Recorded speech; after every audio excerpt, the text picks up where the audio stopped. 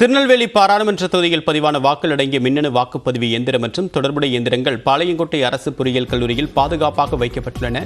விவரங்களோடு நிகராமுடைய செய்தியாளர் சிவமணி விவரம் என இதுபோன்ற பாதுகாப்பு ஏற்பாடுகள் எல்லாம் செய்யப்பட்டிருக்கு. நிச்சயமாக திருநெல்வேலி பாராளுமன்ற தொகுதியில் பதிவான 1810 வாக்குச்சாவடிகளில் பதிவான வாக்குகள் பாளையங்கோட்டை அரசு பொறியியல் கல்லூரிக்கு கொண்டு வரப்பட்டிருக்கிறது.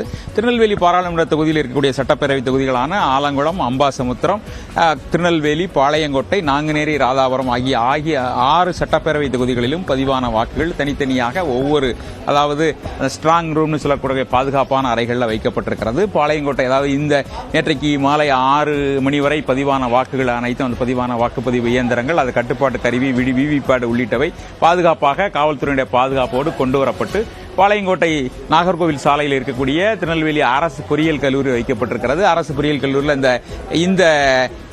அந்த அனைத்து வாக்குப்பதிவு இயந்திரங்கள் அனைத்தும் வைக்கப்பட்டிருக்கிற நிலையில் அதை எண்ணுவதற்கு முன்பாக அதை பாதுகாப்பான அறையில் வைப்பதற்கான நடவடிக்கைகள் முழுமையாக வைக்கப்பட்டிருக்கிறது. தொடர்ந்து திருநெல்வேலி மாவட்டத்தினுடைய ஆட்சியரும் தொகுதியினுடைய தேர்தல் நடத்தும் அலுவலரான கார்த்திகேயன் மற்றும் தேர்தல் பார்வையாளர்கள் 3 பேர் உள்ளிட்ட 4 பேரும் வந்த பிறகு சுமார் 11 மணி அளவில் அந்த ஸ்ட்ராங் ரூம்களுக்கு அதற்கு சீலிடக்கூடிய நிலை அப்படிங்கிறது நடைபெறும். அதற்கான பணிகள் தற்போது நடைபெற்று வருகிறது. ஆலங்குளம், அம்பாசமுத்திரம் உள்ளிட்ட 6 சட்டப்பேரவை தொகுதிகளிலும் 10 லட்சத்திற்கும் அதிகமான வாக்குகள் பதிவாகி இருக்கிறது.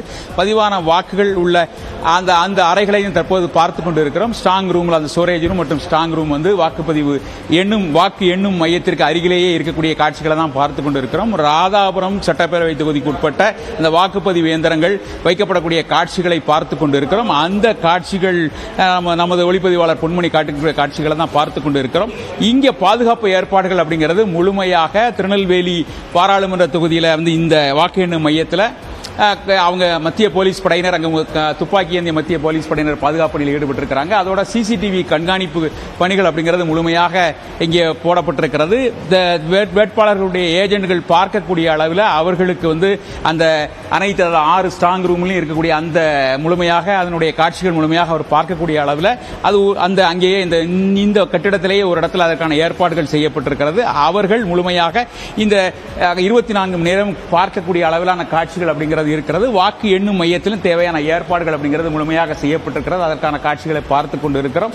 ஜூன் 4ஆம் தேதி இந்த வாக்கு எண்ணிக்கை நடைபெறும் அப்படிங்கிற நிலையில் அதுவரைக்கும் பாதுகாப்பாக இருப்பதற்காக 4 அடுக்கு பாதுகாப்பு அப்படிங்கிறது போடப்பட்டிருக்கிறது. சிசிடிவி காட்சிகள் கொண்டு அந்த அளவிலான பாதுகாப்பு. அதோடு மட்டுமல்லாமல் மத்திய துப்பாக்கி ஏந்திய போலீசார், உள்ளூர் போலீசார் மற்றும் அந்த ஏஆர் போலீசார் அப்படின்னு 4 அடுக்கு பாதுகாப்பு அப்படிங்கிறது போடப்பட்டிருக்கிறது. இந்த பொறியியல் கல்லூரி முழுமையாக இருக்கக்கூடிய அந்த பாதுகாப்பு அறைகள் முழுமையாக காவல்துறை கட்டுப்பாட்டில் கொண்டு வரப்பட இருக்கிறது. இன்னும் சற்று நேரத்தில் இதற்கான அந்த அறைகள் முழுமையாக பூட்டி சீலிடப்படுவதற்கான நடவடிக்கைகள் அப்படிங்கிறது துவங்கும்.